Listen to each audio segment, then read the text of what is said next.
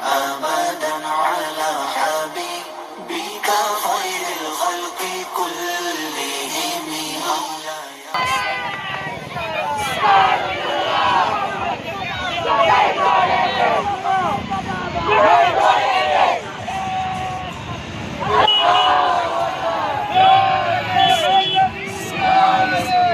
سرزمین سے آپ کیا پیغام دیں گے؟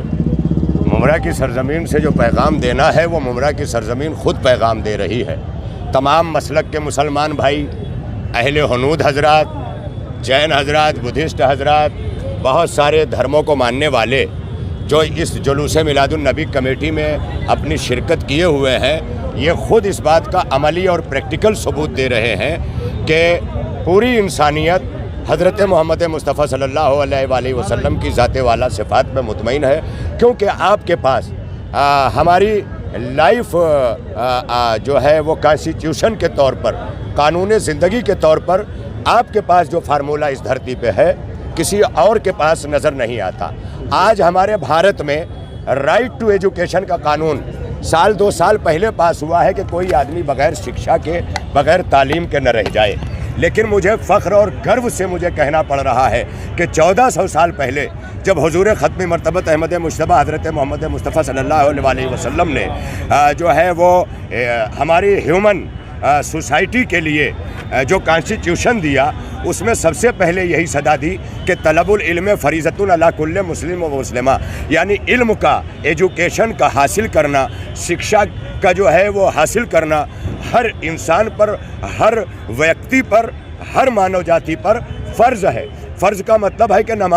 نماز ہماری شریعت میں 15 برس کی عمر میں فرض ہوتی ہے، لیکن جب ہم شکشا کی طرف دیکھتے ہیں تو ایک بچے پر شکشا 6 سال کی ایج میں حضرت محمد پیغمبر صلی اللہ علیہ وسلم کی طرف سے فرض ہو جاتی ہے۔ یہ اس بات کا ثبوت ہے کہ نماز، روزہ، حج، زکوٰۃ سے پہلے پیغمبر حضرت محمد مصطفیٰ صلی اللہ علیہ وسلم نے انسانیت کو ایجوکیشن اور تعلیم کا درس دیا ہے، یہ سبق دیا ہے۔ لہذا یہ صرف مسلمان نہیں بلکہ پوری دنیا کے لوگوں کو پڑھا لکھا ہونا اور ایجوکیٹڈ ہونا یہ ضروری ہے، کیونکہ جب دنیا پڑھی لکھی اور ایجوکیٹڈ ہوگی تو دنیا سے یہ لڑائیوں کا دور ختم ہوگا، اور ایسے میں وہ طاقتیں جو تھوڑی بہت پڑھ لکھ کر کے شیطانی طاقتوں کا اعلی کار بنی ہوئی ہیں اور اس دھرتی پر ظلم کو جو ہے اجاگر کر رہی ہیں، اگر ہم اسی طرح سے جیسے جلوس میلاد النبی میں اکٹھا ہوئے، اگر پوری زندگی میں ہم اسی طرح ایک دوسرے کو ساتھ لے کر کے چلنا شروع کر دیں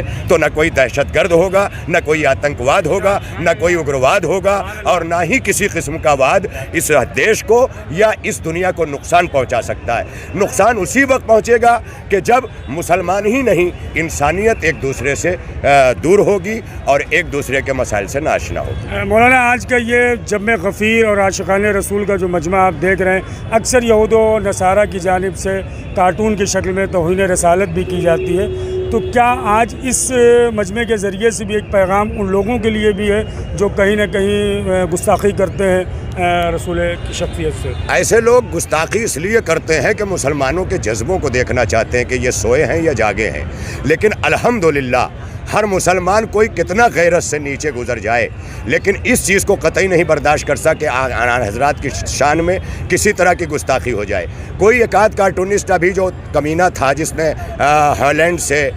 کارٹون بنایا تھا، ابھی حرام موت ایکسیڈنٹل صورت میں مرا ہے۔ ایسے لوگوں کا انجام یہی ہے۔ ایک کارٹون بنانے والے نے کارٹون بنایا، لیکن پوری دنیا کے ہر ملک سے کروڑ کی صورت میں محبان رسول اور عاشقان رسول اور توحید پرستوں اور فرزندان توحید نے رسول اسلام کا دفاع جس طرح سے کیا، وہ دنیا کو پیغام دے دیا کہ تمہاری خیالی خاکوں کے پیشوا اور ہیں اور اللہ کی جانب سے بھیجے ہوئے یہ راجدوت اور یہ پیغمبر حضرت محمد مصطفیٰ صلی اللہ علیہ وسلم اور ہیں۔ آپ نے تو یہود و نصارہ کو بھی کے لیے بھی کبھی برا نہیں چاہا۔ مدینے میں یہودی تھے اور آپ کے زمانے کے بعد خلافتوں میں بھی یہودی تھے، مگر کبھی کسی طرح سے ان کو السنکھیاک جان کر یا اقلیت جان کر ظلم نہیں ہوا، بلکہ وہاں ان کو حقوق دیے گئے۔ اسی لیے ہم بھارت سے اقلیت میں رہ کر کے اپنے حقوق مانگتے ہیں، کیونکہ پہلے ہم دوسرے دھرموں کو حق دے چکے ہیں، تب حق مانگ رہے ہیں۔ بھارت کا بھی آپ نے ذکر کیا، جلوس مرکزیت میلاد النبی کی جو کمیٹی ہے ممرہ میں، اس نے اکثر یہ سوچا ہے کہ ہندو حضرات، شیعہ حضرات، سنی حضرات اس جلوس میں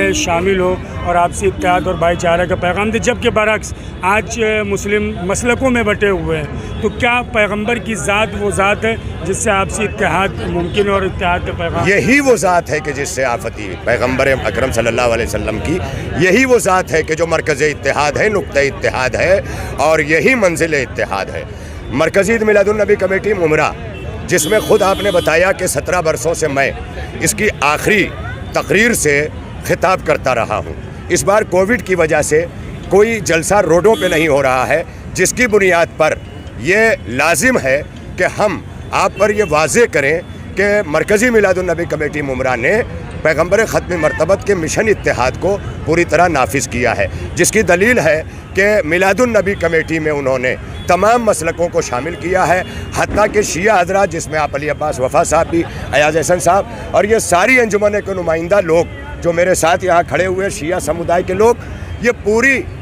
ہمارے ممرہ کی انجمنوں کے سید سرور حسین زیدی صاحب، سرور حسین صاحب اور دیگر انجمنوں کے، قمر بنی ہاشم کے، خوجہ کمیونٹی کے، محفل عباسیہ کے، یہ پرچمیں جو آپ کے سامنے نظر آ رہا ہے سوہانہ کمپاؤنڈ کا، یہ پوری کمیونٹی پوری طرح سے آج اتحاد بین المسلمین کے اس مشن میں ساتھ ہے، اور آج کھڑے ہو کر کے شیعت کا مرکزی مقام سوہانہ کمپاؤنڈ، جہاں پرچم حضرت عباس علیہ السلام نظر آ رہا ہے، یہاں کھڑے ہو کر کے جلوس کا استقبال کر رہی ہے۔ میں مبارکباد دیتا ہوں مرکزی میلاد النبی کمیٹی ممرہ کو کہ جس کے بانی ہمارے مسلمانوں کے بہت بڑے نمائندہ شخصیت حضرت مسنہ میاں صاحب اور یہاں کے ہارون اشرفی صاحب، انہوں نے مل کر ہیرا لال گپتا جی، سنگھ صاحب اور دیگر دھرموں کے سکھ بھائی بھی ہمارے تھے جن کا دیہانت ہوا، سب کو ساتھ لے کر کے وہ مشن جو پیغمبر اکرم کا تھا کہ پوری دنیا امن کا گہوارہ بنے اور دھرتی سے نیائے جو ہے وہ نیائے کا خاتمہ ہو، ظلم کا خاتمہ ہو، یہی جو ہے وہ مشن ہے اور انشاءاللہ جاری رہے گا۔